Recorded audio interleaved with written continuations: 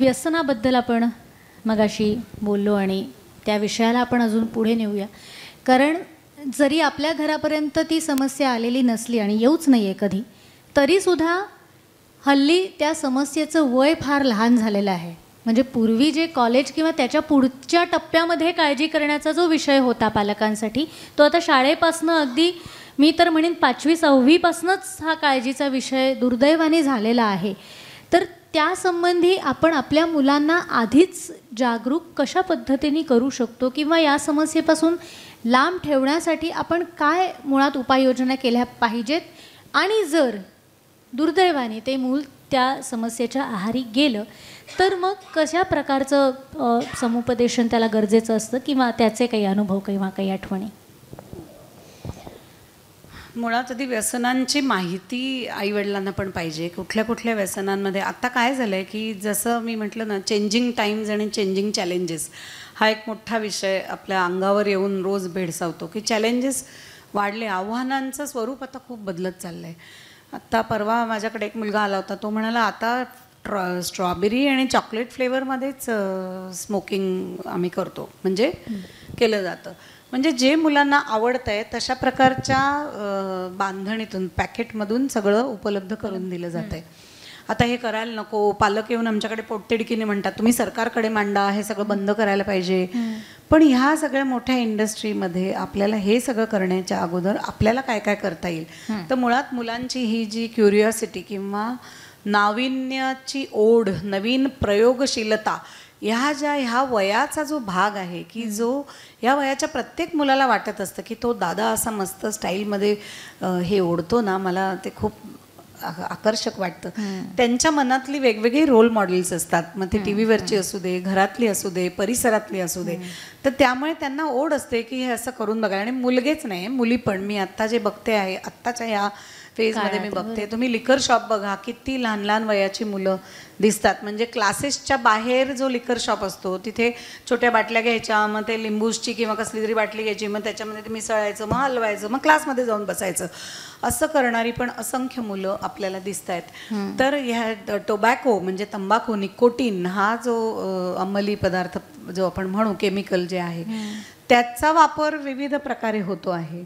तर मग ते तुमच्या गुटखा किंवा पुड्या ह्याच्यातून होतो आहे, सुपाऱ्या वेगवेगळ्या प्रकारच्या आहेत, स्मोकिंग आहे, आता हुक्कामध्ये खूप आला होता, आता वेप आला आहे. तर वेपमध्ये परत ते रोल करून मग त्याचा तो थिक धूर येतो, त्याच्यामुळे त्याचं जास्त आकर्षण वाटतं, हुक्क्याचं पण जास्त स्टाईल वाटते. तर आकर्षण असणे ही ह्या मुलांची नैसर्गिक गरज आहे. म्हणजे कारण एकेकाळी या गोष्टी निदान दाखवण्यावर तरी बंधनं होती, आता तर वेबसिरीजमुळे सगळ्याच उघड उघड या गोष्टी सगळ्यांसमोरच येत आहेत. आणि किती गोष्टी किती टाळणार, हाच एक मोठा प्रश्न निर्माण झाला. आणि एकूणच भावना बोथट होत जाणं. म्हणजे आता खोलीतनं मी बाहेर आले तर मी दिवा बंद केला पाहिजे किंवा टी व्ही जर चालू असेल तर तो मी बंद केला पाहिजे, हे साधं आहे ना, सोपं आहे म्हणजे. आणि ह्याच्यात आपण काय खूप मोठी अपेक्षा नाही करत आहोत. बरोबर. आत्ताचं मूल आपल्याला काय उत्तर देतं, मी तिथे आहे असं तू समज ना, तू कशाला मला बंद करायला सांगतेस. म्हणजे त्यांची उत्तरं इतकी तयार आहेत की मी खोलीत बसला असेल तर तुला चालणार होतं ना, पंखा आहे ते, दिवा आहे ते, मग तुम्ही आहे असं समज. म्हणजे त्यांची बुद्धिमत्ता ही विविधांगी विविध प्रकारे ते वापरत असतात आपलं तोंड बंद करायला. पण आपल्याला निरीक्षण कशाचं करायचं आहे. तर क्युरिओसिटी हा एक भाग झाला. तणावपूर्ण मानसिक अवस्था, ज्याला आपण वल्नरेबिलिटी म्हणतो. मगाशी जर मी उल्लेख केला, बायोसायकोसोशल, ह्या तीनही प्रकारचे घटक एकत्रितपणे काम करून समस्येला सुरुवात होते. एकच काहीतरी हे आहे असं नाही आहे. तर ज्यांच्या कुटुंबामध्ये व्यसनाचा इतिहास आहे, आईवडिलांमध्ये कोणीतरी करताय, आजी आजोबांमध्ये, मामा मामीमध्ये, हे जे चालू आहे ह्याच्यामध्ये त्यांची शक्यता अधिक आहे. बरोबर. हे आपल्याला ओळखायला पाहिजे की अनुवंशिकत्वाने त्यांना हा त्रास होण्याची, ह्या व्यसनाकडे वळण्याची प्रवृत्ती त्यांची अधिक असू शकते. ह्याच्याबरोबर तणावपूर्ण जर कौटुंबिक पार्श्वभूमी असेल किंवा त्या मुलालाच व्यसनासाठी वापरलं जात असेल की जा घेऊन ये, तर मग 10 घेऊन यायच्यात त्याच्यातली एक मी काढून घेतली तर काय हरकत आहे, आणि मग मी ती ओढून पण बघितली, मग तरीही काय हरकत नाही. आणि आता त्याच्यात भरण्याचे जे काही गोष्टी आहेत त्या तर आता खूप मोठ्या प्रमाणात उपलब्ध आहेत. तर हा एक हे आहे, म्हणजे हे एक कारण आहे त्याच्यामध्ये.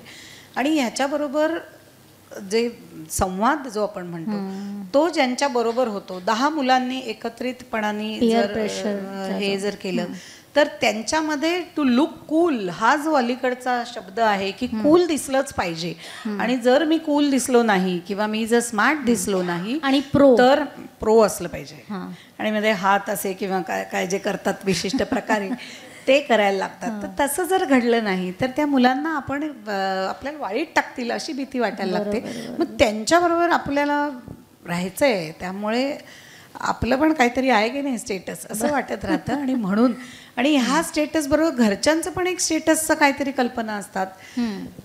वडील कधी कधी सांगतात की ये मी तुला शिकवतो कशा प्रकारे बिअर घ्यायचे आणि कशा प्रकारे म्हणजे हाय क्लासमध्ये कसं वावरायचंय, बावळटासारखं काहीतरी करू नकोस असं सांगणारे पालक आपल्याला भेटत आहेत.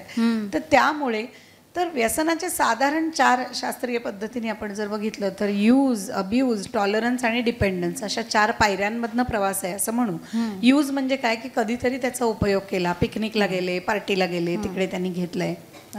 अब्यूज करताना काय होतं की कुठल्या तरी निगेटिव्ह गोष्टीसाठी मला दुःख झालं, ब्रेक ऑफ होणे हा एक मोठा जिव्हाळ्याचा विषय आहे ह्या मुलांमध्ये. शाळेपासूनच होतो ब्रेक, शाळेपासून लहान वयातच ब्रेक ऑफ होतो. तिने माझ्याकडे, मी बघत होतो पण तिने दुर्लक्ष केलं म्हणजे ब्रेक ऑफ झालं बहुतेक. त्याच्यानंतर व्हर्च्युअल रिलेशनशिप्स, एक मुलगी आली ती म्हणाली नाही माझं लग्न झालंय आणि असं सगळं सांगितलं. ती आई वगैरे म्हणा काही नाही हो, काही बोलते, लग्न काय झालं हिचं, तो तिकडे वाराणसीला काय ते सैन्यातला मुलगा आहे आणि ही त्याला फॅन फॉलो काय त्याचं करत होती. वेगवेगळे माध्यमं आहेत सोशल मीडियाची, तर त्याच्यामध्ये ते लग्न व्हर्च्युअल केलेलं होतं आणि ते मग भांडणं पण व्हर्च्युअलच होत होती आणि मग घटस्फोटही व्हर्च्युअल, म्हणजे काय जो मानसिक घटस्फोट, असं हे दुष्टचक्रात ही मुलं अडकत चालली आहेत. आणि ह्याचा हा बेशुमार वापर, मगाशी जे सर म्हणाले की स्क्रीन टाईम, आणि हे खूप मुलांना आता हे फार मामूली शब्द वाटायला लागले स्क्रीन टाईम वगैरे. स्क्रीन टाईम हा तर परवलीचा शब्द झाला. ह्या अशा सारख्या समस्यांमुळे ना की कळत नाही आपल्याला की नक्की कुठल्या कुठल्या गोष्टींना थांबवायचं आहे. पण मी एवढं नक्की म्हणेन की जागरूकता, समस्येला स्वीकारणं, आपल्या मुलाने सिगरेट ओढली किंवा त्यांनी पैसे चोरलेत घरामध्ये हे आपल्याला कळतं. असं नाही की आपल्याला कळत नाही की आज इकडून उचललेत, उद्या कोणाच्या तरी पाकिटातले काढलेत किंवा आपल्याकडनं. पण अलीकडे पालकांना मी दोषी नाही ठरवत, मी पण एक पालक आहे, पण बेशुमार पैसे बेहिशोबीपणाने दिल्यानंतर त्याचा हिशोब न विचारणं हे पण आपल्याला स्टेटसमध्ये आल्यासारखं वाटतं. की असं वाटतं त्यात काय 100 रुपयाचा तू हिशोब विचारतेस असं मूल आपल्याला विचारतं. म्हणजे 100 रुपये असेच द्यायचे असतात, त्याच्यात तुम्ही विचारायचं वगैरे काही नसतं.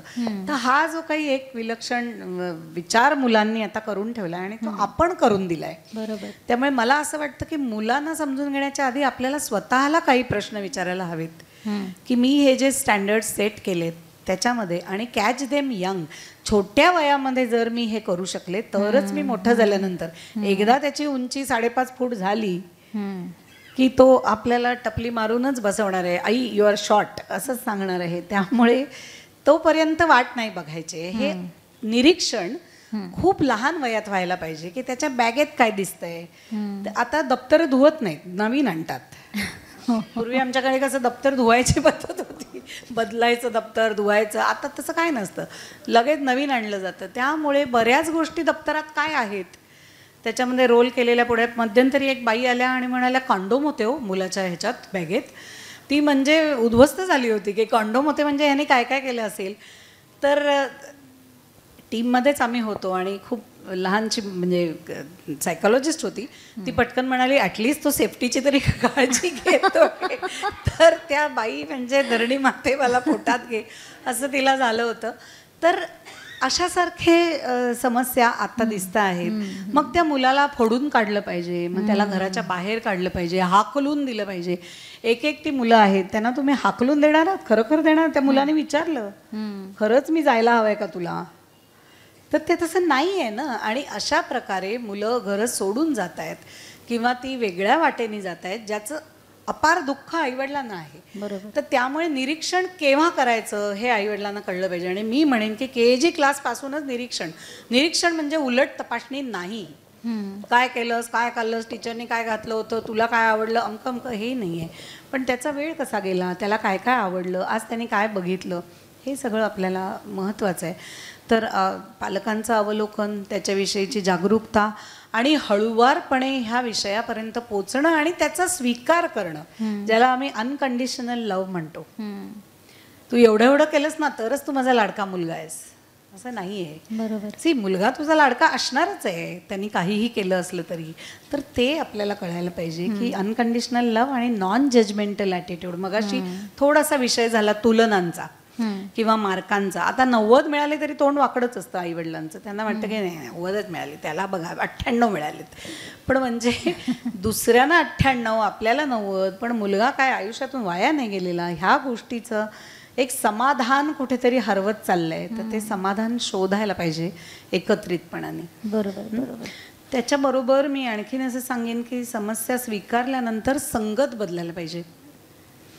पुष्कळदा ह्या गोष्टी जे आपण मगाशी म्हटलं पिअर प्रेशर, तर संगतीचा जो प्रभाव आहे, तर ती संगत अशी एका रात्रीत नाही बदलत आहेत. पण हळूहळू त्या मुलाबरोबर बोलून की ह्यामुळे हे जर अधिक होत असेल तर आपल्याला काय काय करता येईल हे आपल्याला शोधायला पाहिजे.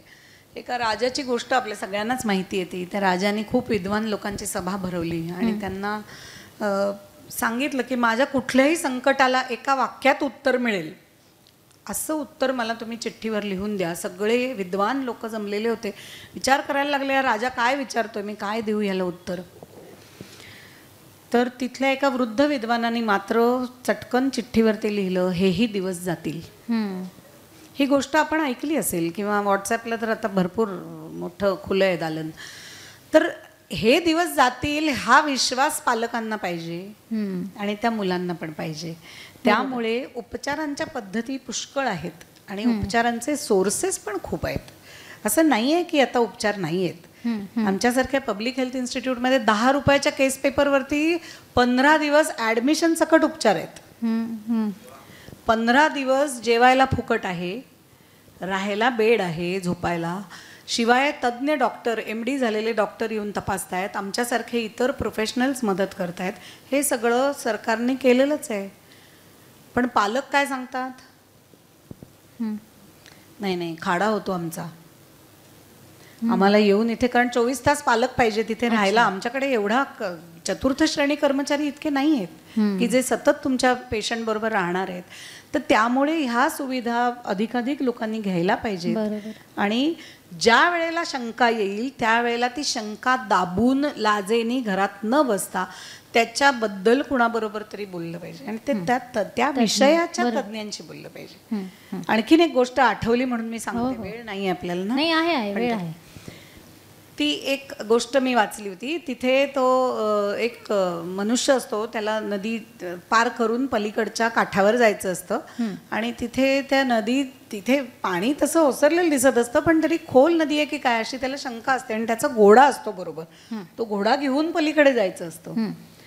तर तो विचार करतो तर किती खोल आहे पाणी, हे कसं काय बरं ओळखावं, कोणीतरी सांगायला पाहिजे आपल्याला. मग तिथे काठावरती एक मुलगा असे दगड मारून खेळत असतो काहीतरी. तर त्या मुलाला विचारतो, काय रे बाळा, 7-8 वर्षाचा मुलगा असतो तो, त्याला विचारतो की किती खोल आहे रे पाणी, मी जाऊ शकेन काय, तुला काय वाटतं, इकडे बघ आधी, हे किती खोल आहे पाणी, नीट विचार करून सांग. तर तो मुलगा खरंच विचार करतो, त्यांच्याकडे बघतो, घोड्याकडे बघतो आणि मी त्यांना सांगतो की हो तुम्ही जाऊ शकाल, काही प्रॉब्लेम नाही, एवढं काही खोल नाही आहे पाणी. हा मनुष्य घोड्याला घेतो आणि थोडंसं अंतर जातो आणि गटांगळ्या खायला लागल्यावर त्याला कळतं पाणी फारच खोल आहे. तो मागे येतो आणि रागारागाने त्या मुलाला विचारतो, अरे काय गाढवा, मला तू सांगितलंस पाणी खोल नाही आहे, किती खोल आहे हे पाणी, आम्ही आत्ता थोडंसं गेलो. तर तो म्हणतो, काका पण मी एक सांगू तुम्हाला, माझी बदकं आहेत ना त्यांचे पाय खूप छोटे आहेत, तुमच्या घोड्याचे पाय खूप मोठे आहेत. माझी बदकं रोज ह्या तीरावरून त्या तीरावर जाऊन परत येतात, काहीच होत नाही त्यांना. तुमच्या घोड्याचे पाय तर फारच मोठे आहेत आणि तुम्ही पण खूप मोठे आहात. त्यामुळे मला वाटलं की असं काय होणार नाही तुम्हाला. कुणाला सल्ला विचारायचा हे कळलं पाहिजे. तुम्ही शेजारच्यांना विचारता फोन करून, आणि कुठली आत्या तिथे बडोद्याला राहते, ती शिक्षिका होती म्हणून तिला विचार, पण इथे काय करायचं आहे ह्याच्याबद्दलचा सल्ला आपण कोणाला विचारायचा हे आपल्याला कळायला पाहिजे. शिक्षक काहीतरी निरोप पाठवतात. आता परवा एक मुलगा आला होता, सॉरी मी बोलत, आपल्याकडे वेळ आहे, तुम्ही बोला. त्या मुलाला लिहून आलं होतं चिठ्ठीवर की याला शाळेत घेणार नाही. पालक शाळेत घेणार नाही म्हटलं की एकदम त्यांची हे होते. मग ते सगळे सुट्ट्या बिट्ट्या घेऊन येतात आणि मग ते अख्खा दिवस पण थांबायला तयार असतात. तसं त्यांनी सांगितलं ह्याला असं असं केलं आहे. मग त्या मुलाशी तो इकडे तिकडे बघत, पालकच सांगत होते सगळी माहिती. मग शेवटी पालकांना बाहेर बसवलं, मुलाशी बोलायला लागले. म्हटलं काय केलंस रे? तो म्हणाला काही नाही, कोयता नेला होता शाळेत. म्हटलं का? तो म्हणाला काय झालं की ते ग्रुप्स आहेत, माझी शाळा बदलली आता. आम्ही पूर्वी दुसरीकडे, कोविडमुळे आणखीन काय झालंय, लोकांचे रोजगार गेलेत, लोकांना नोकऱ्या बदलायला लागल्या आहेत, कमी पगाराच्या नोकरीवर शिफ्ट व्हायला लागले, त्यामुळे जागा बदलायला लागल्या आहेत, जास्ती भाड्याची खोली सोडून दुसरीकडे राहील, हे सगळं आमच्याकडे खूप जास्त प्रमाणात आहे. तर तिथे त्या मुलाला बुली केलं कोणीतरी, इतर मुलांनी छोट्या मोठ्या भांडणांवरनं सांगितलं, मैं लडके लेके आता हूँ, तुला आता मारणार मी आणि माझं खूप मोठी टोळी आहे आमची आणि तुला खूपच मारू आम्ही. बापरे. तर हा घाबरला. 7वीतला मुलगा, त्याला भीती वाटली आणि त्याला खरंच इतकी भीती वाटली. 2 दिवस तो गेला नाही शाळेत. त्यांनी आईला सांगितलं पोटात दुखतंय म्हणून तो शाळेत नाही गेला. 3ऱ्या दिवशी जेव्हा ती म्हणाली काय नाही पोटबीट दुखत, दिवसभर खेळतोस तू, मी बघितलंय, आज गेलंच पाहिजे, तेव्हा त्याला स्वसंरक्षणासाठी काहीतरी आपल्याजवळ पाहिजे या भावनेतनं त्यांनी गंजका कोयता घरातला काढून बॅगेत ठेवला.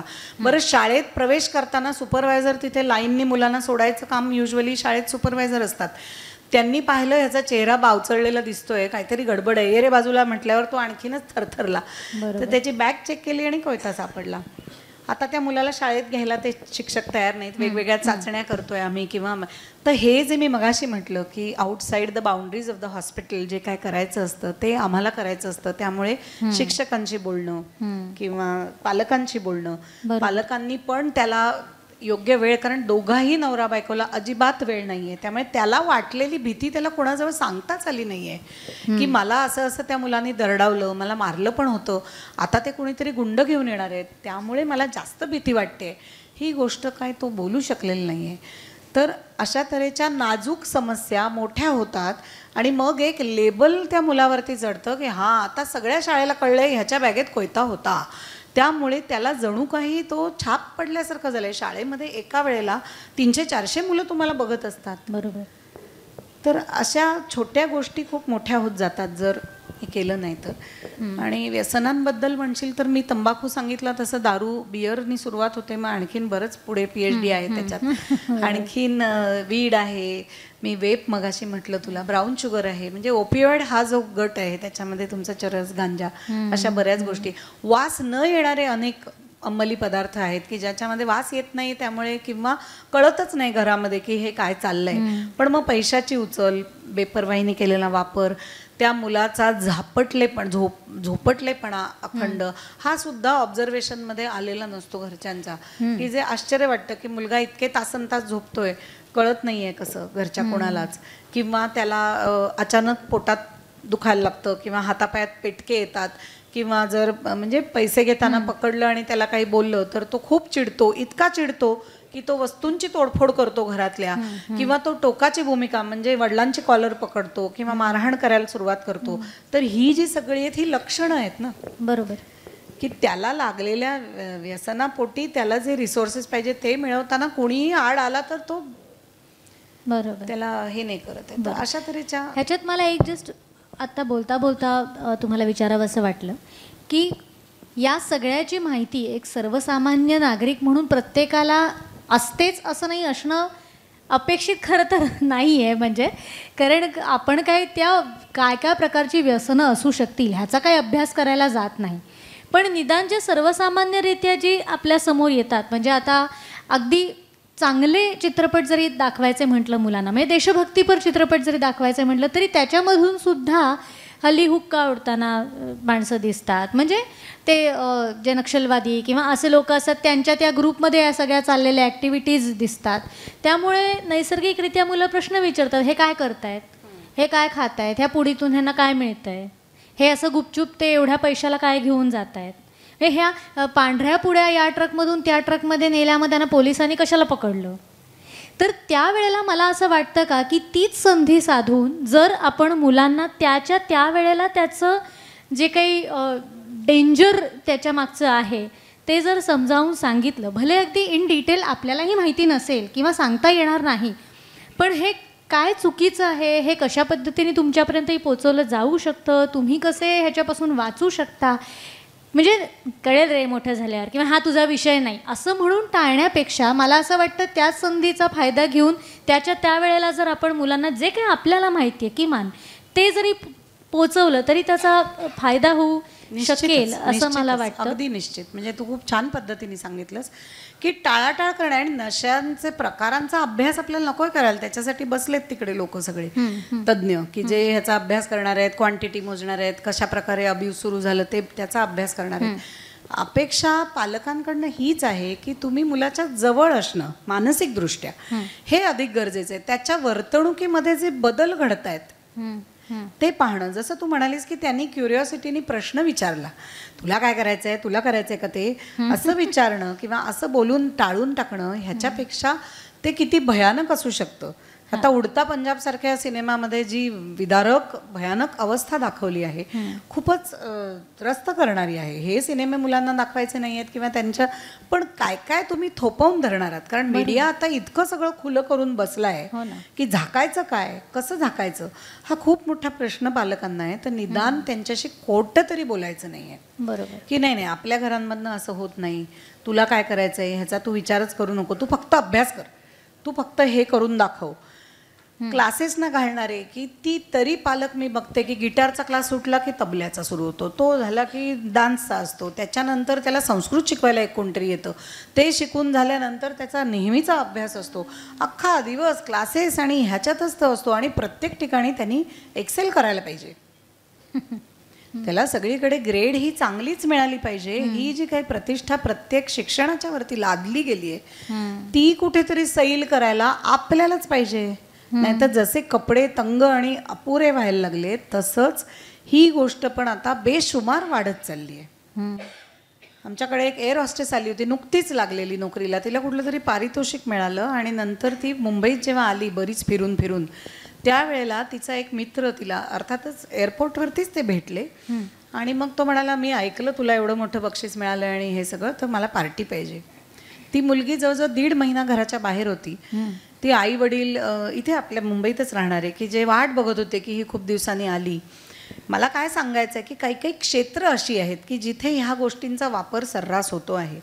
तर ज्या वेळेला कुटुंबामध्ये असा इतिहास असेल किंवा त्या व्यक्तीचं व्यक्तिमत्व थोडंसं, आता डॉक्टर बोलतील आणखीन त्या व्यक्तिमत्वांबद्दल पण ह्या व्यक्तीच्या अशा स्वभावामुळे तिला त्याला नाही म्हणता आलं नाही. त्या मित्राला मला पार्टी दे म्हटल्यानंतर मी नाही देत किंवा नंतर बघू असं तिला सांगता आलं नाही. नकार देण्याची पण एक क्षमता मुलामध्ये आपल्याला बाणवायला लागते. त्याला सांगायला लागतं की ज्या वेळेला तुझ्या मनाविरुद्ध गोष्टी होत आहेत, घरामध्ये आपल्याला कसं तो जोरात नाही सांगतो तसं जे जे चुकीचं आहे किंवा संशयास्पद आहे असं तुला वाटतं तेव्हा नाही म्हणायचं धाडस त्या मुलामध्ये यायला पाहिजे.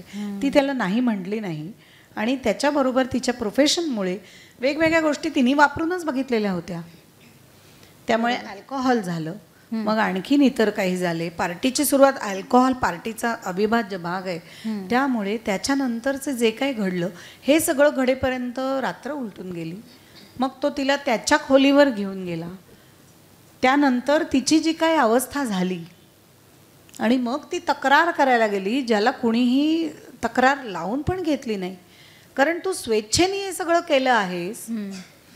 तक्रार नोंदवली बळजबरीनी, बळाचा वापर करून किंवा आणखीन महिला आहे म्हणून हे सगळं पुढचं झालं. पण ज्या गोष्टीमध्ये ती मुळात शिरायलाच नको होती तिथे नाही म्हणता न आल्यामुळे हे सगळं पुढचं झालं. बरोबर. तर अशा गोष्टी आणि खुलेपणाने मोकळेपणाने चर्चा मुलांमध्ये, पालकांमध्ये आणि समवयस्कांमध्ये. मला एवढंच म्हणायचं आहे की जर 10 पैकी 7 असतील की जे अशा प्रकारे अशा गोष्टींकडे ओढले गेलेत, पण जे 3 नाही आहेत ओढले गेलेले त्या 3नी त्यांची संख्या वाढवायला पाहिजे. आणि ती संख्या वाढवताना जे प्रयत्न करायचे, जे कौतुक करायचे ते आपल्या पालकांनी करायचंय. बरोबर. त्यामुळे मगाचा जो प्रश्न होता तुझा की काय कशा प्रकारे हे करायचं, ते एक रुटीन पाहिजे घरातल्या सगळ्यांचं. ते रुटीन म्हणजे काय की एक दिनचर्या काहीतरी ठरलेली असली पाहिजे. कोणीतरी कुठल्याही वेळेला येत आहे, कोणी कितीही वाजता जेवत आहे, नाही सगळी 4 माणसं घरात आहेत, पण एक मनुष्य 11 वाजता जेवणार आहे, एक 8 वाजता जेवणार आहे, एक जेवणारच नाही आहे, त्याचं काहीतरी किटो डाएट आहे, दुसऱ्याचं फिटो डाएट आहे. हे जर चालू असेल तर त्यांच्यामध्ये एक वाक्यता असणार नाही. त्यामुळे पूर्वी जे लोक एकत्रित बसून आपल्या घरातलं जेवण असायचं तर त्या मूर्ख नव्हते ते लोक. त्याच्यामुळे ह्या गोष्टींचा विचार करायला पाहिजे. बरोबर. रुटीन असणं खूप महत्वाचं आहे. रूल्स असणं महत्वाचं आहे. रूल्स म्हणजे काय, लिहून ठेवलेले नियम नाही आहेत, पण हे अलिखित नियम जे आहेत ते महत्वाचे नियम आहेत. आता हे अलिखित नियम काय आहेत? रात्री झोपताना दात घासून झोपा. हे प्रत्येक पालक मुलांना कुठल्या तरी स्टेजला सांगतात, पण आपणच बाहेर जाऊन आल्यानंतर आज 11:30 वाजलेत, आज दात नाही घासले तरी चालतील, हे ज्या क्षणी पालक म्हणतात त्या क्षणी मुलाला कळतं की कधी कधी असा नियम बदलता येतो. किंवा गृहपाठ केला नाही तर तुला खेळायला मी पाठवणार नाही, असं पूर्वी सांगितलं, म्हणजे अजूनही सांगितलं जात असेल. आता माझी मुलं मोठी झाली गृहपाठाच्या पेक्षा, पण तशा ते ज्या वेळेला नियम बदलला जातो की दुसऱ्या दिवशी कॅलेंडरमध्ये मीच खोटं लिहून देते की द चाइल्ड हॅड फीवर किंवा अमुक अमुक म्हणून त्यांनी केला नाही, तेव्हा मूल खुणगाट बांधतं की असं खोटं कधीही बोलता येतं. तर त्यामुळे हा संस्कार कोणी दिला? त्याला आपणच दिलाय. बरोबर. त्याच्यामुळे रूल्स पाहिजेत आणि ते स्थिर पाहिजेत आणि त्या रूल्समध्ये पण एक वाक्यता पाहिजे कुटुंबातल्या. माझा रूल वेगळा, वडिलांचा वेगळा, त्या आणखीचा आणखीन वेगळा, असं नाही चालणार. बरोबर. त्याच्यानंतर रिवॉर्ड्स पाहिजेत. मी हे 4 R मुद्दामून सांगते की लक्षात ठेवायला आपल्याला सोपे पडतात. हे रिवॉर्ड्स कुठल्या कुठल्या प्रकारचे आहेत? प्रत्येक वेळी काय मॉलमध्ये जाऊन काहीतरी महागडी गोष्ट नको आहे द्यायला. नुसतं शब्दांनी तू 1 नंबर आहेस असं जरी म्हटलं तरी मुलाची छाती अशी एकदम 6 पॅक होऊन जाते. कारण त्याला त्याची अपेक्षा असते आणि ती तेव्हाची तेव्हा सांगणं महत्वाचं आहे. आज काम चांगलं केलंय, मी सांगणार त्याला 1 महिन्याने की तू चांगलं केलं होतं, त्याला काय व्हॅल्यू नाही राहत. बरोबर. त्याच्यामुळे रिवॉर्ड्स वेगवेगळ्या प्रकारचे असू शकतात. आपण कामावर जातो, नोकरी आपण इमानदारीत करतो, महिन्याच्या शेवटी पगार मिळतो, तो रिवॉर्डच असतो आपल्याला. आणि आपण तो रिवॉर्ड मिळवण्यासाठी किंवा आपण एक्सेल करण्यासाठी जी मेहनत घेतो, तर तसंच मुलाला पण त्याच्या शाळेमधल्या परफॉर्मन्स ही गुणवत्तेने, मार्काने, मगाशी सरांनी जे उदाहरण दिलं त्यांनी मोजू नका. मार्क किती मिळवले त्याच्यापेक्षा त्यांनी इतर काय काय तो शिकला ते महत्वाचं आहे.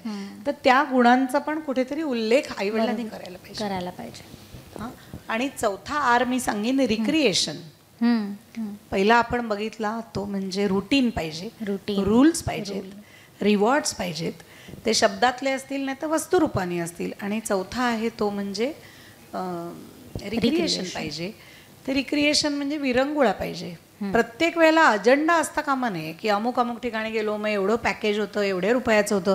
ते आई वडील बाहेरगावी मुलांना घेऊन जातात पण चर्चा पॅकेजची करत असतात की एवढे 1000 रुपये भरलेत, मग त्याच्यात हे एवढं मिळायला हवं होतं, मग त्याच्यात हे मिळालं नाही, मग एअरफेअर आता कमी कसं. म्हणजे तिथे जाऊन आम्ही काय निसर्ग बघितला, कुठल्या नदीमध्ये आम्ही पाय बुचकळले, आम्ही कुठे धबधब्याखाली गेलो, यातला आनंद राहायला बाजूला. We talk about the package आणि काय मिळालं नाही काय, ह्याच्यावर खूप चर्चा होते. बरोबर. It should not be like that. असं आहे.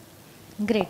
आणि अजून एक म्हणजे तुमच्या प्रश्नांकडे वळण्यापूर्वी अजून एक प्रश्न जो आपण आपल्या चर्चेमध्ये सुद्धा घेतला होता की अनेकदा अनेक मुलं हल्ली घरापासून लांब राहतात.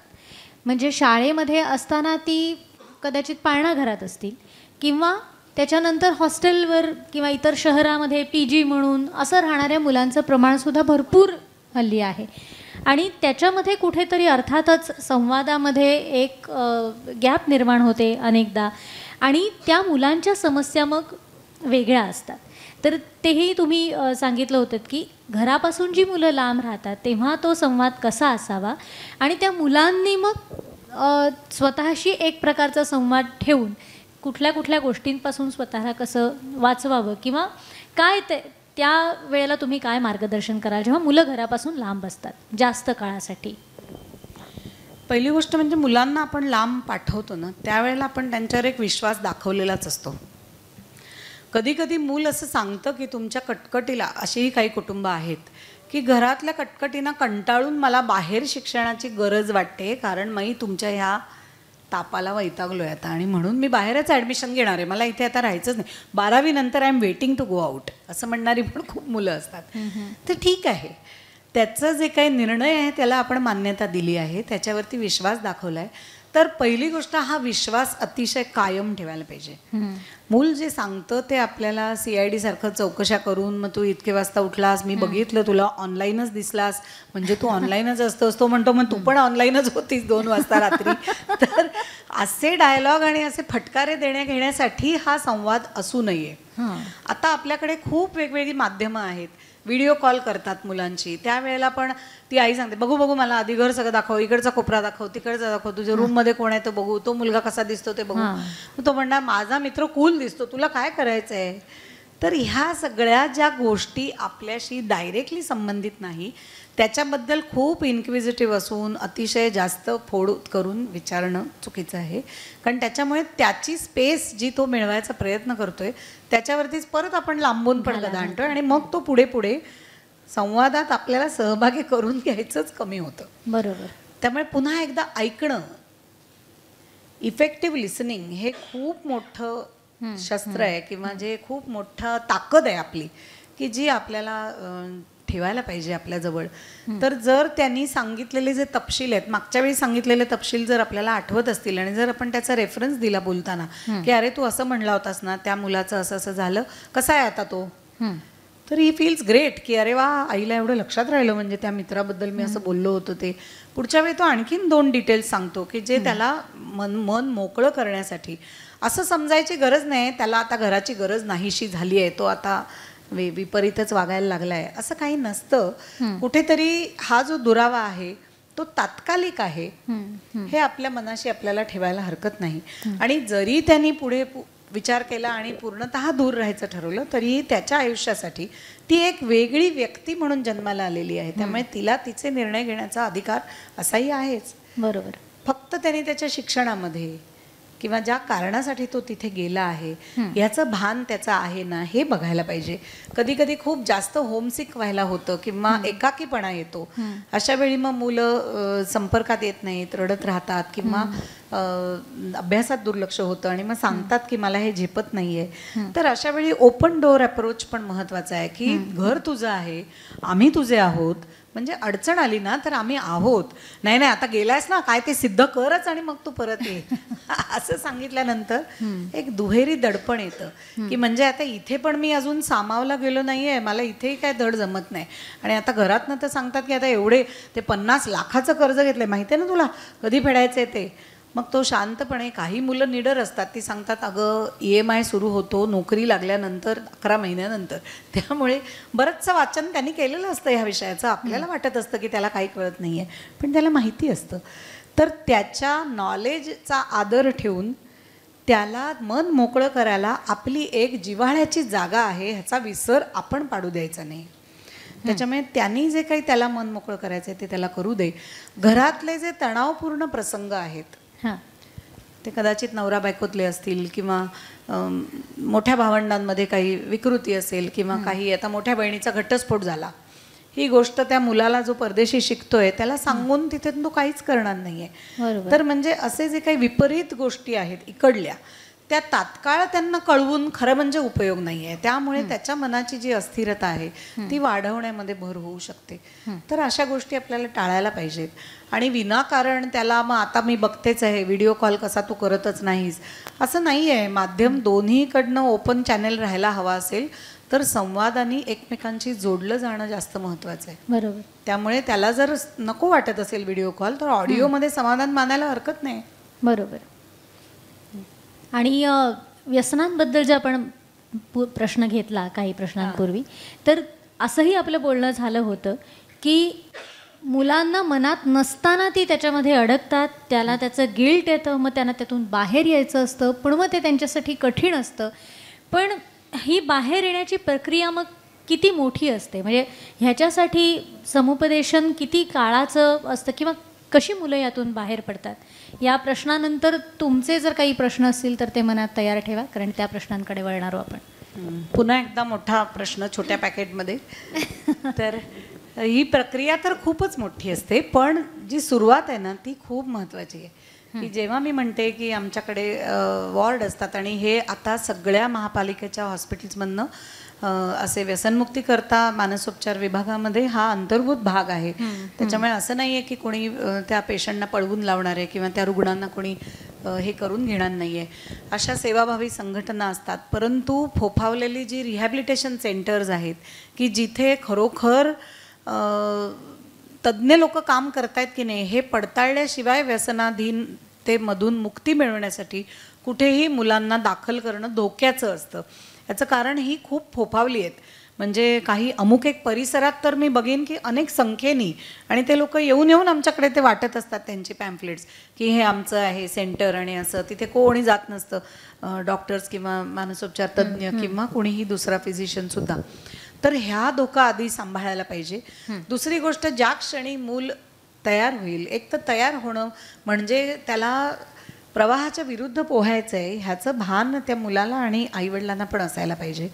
त्याची क्षमता वाढवण्यासाठी जे प्रयत्न करायला हवेत घरातल्यांनी ते करायला पाहिजेत. त्यांनी व्यसन न केलेलं असताना सुद्धा संशय करणं, त्याच्यावरती घेणं, ह्याच्यामुळे तो आणखीनच त्रस्त होऊन जातो की बघ आता मी सुधारायचा प्रयत्न करतोय पण तरी तू संशय घेतलासच, तू माझं नावच तसं ठेवलंय, कानफाट्या नाव पडल्यावर. तर त्याच्यामुळे आणखीन एक दुखावलेपणा येतो. मुळात विड्रॉवल सिम्पटम्स म्हणजे जे व्यसन केलं नाही तर होणारा जो त्रास आहे, ज्याच्यामध्ये औषधोपचारांची गरज आहे, किंवा मगाशी जे मी 3-4 आजार उल्लेखले त्याच्यामध्ये नैराश्याचा जो आजार आहे, बरेचदा व्यसनाबरोबर निराशा येते. कारण त्यांना आलेला जो भकासपणा आहे की पैशापरी पैसा जातोय, माझं करिअर पण पणाला लागलंय, मला घरात मान नाहीये, मी खूप अगली दिसायला लागलोय, माझी काय सामाजिक प्रतिष्ठा राहिली नाहीये, त्याच्यामुळे ही अर्धवट जाणीव त्याला असते. आणि त्याच्यातून बाहेर येताना कुणीतरी त्याला विश्वासक हात देणारा पाहिजे असतो. तो मित्र असेल किंवा अशी संघटना असेल. अशा अनेक संघटना आहेत की ज्या, आता अल्कोहोलिक अनॉनिमस हे खूप जुनी संघटना आहे की जे दारू पिणाऱ्या व्यक्तींच्यासाठी स्वमदत गट आहे तो, की स्वतः. तर अशा तऱ्हेच्या अनेक सामाजिक संघटना असतात की ज्यांच्यामधून पण मदत मिळू शकते. पण मुळात रुग्णालयाची मदत घेऊन हे जे विड्रॉल सिम्पटम्स आहेत, म्हणजे तो त्रास दूर करण्यासाठी औषधोपचारांची मदत, त्याच्याबरोबर तज्ज्ञ डॉक्टरांचं समुपदेशन की ह्याचे शरीरावर झालेले परिणाम कुठे कुठे त्रास देत आहेत, कुठे कुठे देऊ शकतात, याची माहिती, नॉलेज घेतल्यानंतरच कळतं की अरे मला इतकं सगळं करूनही मला आनंद मिळालाच नाहीये. बरोबर.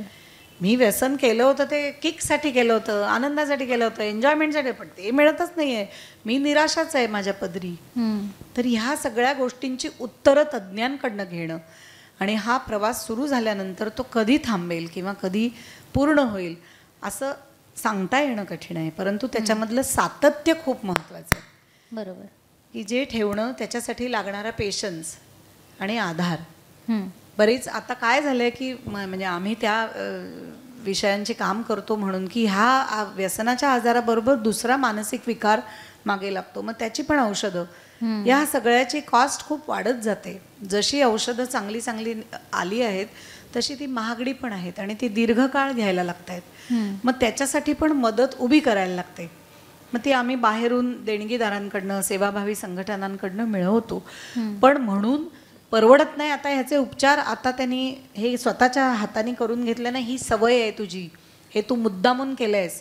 कॅन्सर झाला तर आई वडील घर दार विकून त्याला ट्रीटमेंट द्यायला तयार असतात. पण व्यसनाचा आजार झाला, याला मी आजार आहे हे परत एकदा सांगते आहे की हा आजार आहे, त्या व्यक्तीला तो थांबवायचा आहे पण त्याला तो थांबवता येत नाही आहे. त्यामुळे त्याला मदत करताना आपला हात आखडता का घेतो आपण? त्याला मदतीची गरज आहे आणि त्याला त्याच्यातनं बाहेर यायचं आहे हे ज्या वेळेला ठरतं त्यावेळेला त्याला सातत्याने मदत करायला लागू शकते. मग ती वर्षभर असेल, 6 महिने असेल, 2 वर्ष असेल. आणि एकदा तशा प्रकारच्या व्यसनाच्या विळख्यात मुलगा अडकला किंवा आता धोका हा कायमस्वरूपी आहे, पुनश्च त्याच्यामध्ये अडकण्याची शक्यता आहे. तर त्या दृष्टीने, परंतु हे काय आपण सुरुवात करताना सांगत नाहीये. बरोबर. त्याचं करिअर आणि त्याची सर्जनशीलता, त्याच्यामध्ये असलेले इतर गुण हे जितक्या मोठ्या प्रकारे आपण वाढवू, त्याचा मित्रपरिवार बदलू, त्याला एखाद्या छंदामध्ये गुंतवू, तितक्या अधिक प्रमाणात हे सोपं होऊन जातं. बरोबर. कसं आहे, तो जो वेळ मिळतो ना व्यसन संपल्यानंतरचा, तो कशात तरी चांगल्या प्रकारे गुंतला तर सोपं होईल. निश्चितच. काही प्रश्न कोणाला काही विचारायचे आहे? आणि आत्ताच इथे असं नाही, पण कधीही तुम्हाला या तज्ज्ञ मंडळींची जर भेट हवी असेल काही कारणांसाठी, तर तुम्हाला यांचे कॉन्टॅक्ट डिटेल्स म्हणजे कुठे ह्यांच्याशी त्यांच्या कार्यालयात किंवा क्लिनिकमध्ये कसा संपर्क साधू शकता ह्याची माहिती तुम्हाला नंतरही मिळू शकेल. असंही नाही आहे की आत्ताच ते सगळे प्रश्न, कारण व्यक्तिगत प्रश्न आत्ता आपण घेऊ शकत नाही. जर काही सर्वसमावेशक असे प्रश्न असतील तर तुम्ही विचारू शकता. अतिशय ओघवत्या शैलीमध्ये आणि सहज सोप्या शब्दांमध्ये तुम्ही इतका मोठा परीघ आत्ता इथे मला असं वाटतं मांडलात. कारण फार गहन आणि चिंता करायला लागेल असा हा विषय आहे आणि आजच्या पिढीसाठी आणि पालकांसाठी अत्यंत डोकेदुखी ठरलेला खरं तर हा सगळा विषय आहे की व्यसनमध्ये कुठलंही असो, छोट्या व्यसनापासून सुरुवात होऊन ते कसं वाढत जातं, त्याचं स्वरूप किती अक्राळ विक्राळ होत जातं ह्याची कल्पना न केलेली बरी. पण त्याच्यासाठी पुन्हा एकदा हाच की जे आहे ऐक ना गं आई, आणि ऐक ना गं आई हे प्रतिकात्मक आहे.